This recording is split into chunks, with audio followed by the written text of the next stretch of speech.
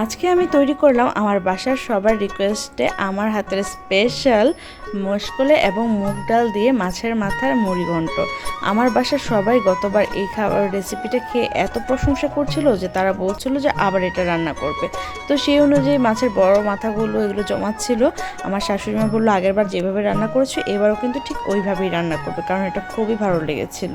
আর আজকে শুধু নিজেদের জন্য তৈরি করব না, আজকে আমার দুজন প্রতিবেশীর জন্য এটা রান্না করছিলাম। যেহেতু রান্না করব সবাইকে দিয়েই খাবো এই আশা নিয়েই তৈরি করছিলাম। এই ডালটা আমি কিন্তু আমার নিজের মনের মতো করেই রান্না করেছিলাম। এখানে আমি জানি না কেউ আলু দেয় কি না, কিন্তু আমি এখানে মুগ ডাল মাসকলাইয়ের ডাল মিক্স করে দিয়েছি, সাথে দুটো আলু দিয়ে দিব। আর আলুটা দিলে কি হয়, আমার কাছে কেন জানি ভালো লাগে, আমার কাছে না আমার পরিবারের সবাই কিন্তু এটা খুব পছন্দ করেছিল গতবার আমি আলু দিয়েছিলাম।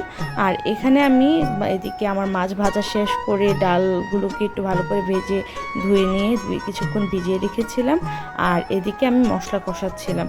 আর অ্যাজ ইউজুয়াল আমি এখানে সব ধরনের মশলাই দিই, মাংসের মশলাগুলো যা আছে সবগুলোই দিই, দিয়ে এখানে ব্লেন্ড করে রাখা যেই ডালটা ছিল আর আলুটা ছিল সেটা আমি দিয়ে কষিয়ে নিই। কিছুক্ষণ কষিয়ে তারপর এর মধ্যে পর্যাপ্ত পরিমাণ পানি দিয়ে দিই, কারণ ডালটা সিদ্ধ হতে একটু সময় লাগবে, তাই বেশি করে পানি দিই। পানি ফুটতে শুরু করলে এর মধ্যে কিছু কাঁচামরিচ আর ভেজে রাখা মাছটা দিয়ে ভালো করে মিশিয়ে নেব। আর একটা ফোড়ন দেবো, আর ফোড়নটা দেবো একদম শেষ মুহূর্তে।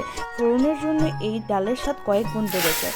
যাই হোক, এই তো আমার রান্না শেষ। আর এবারও কিন্তু সবাই আমার এই ডালের খুব প্রশংসা করেছিল।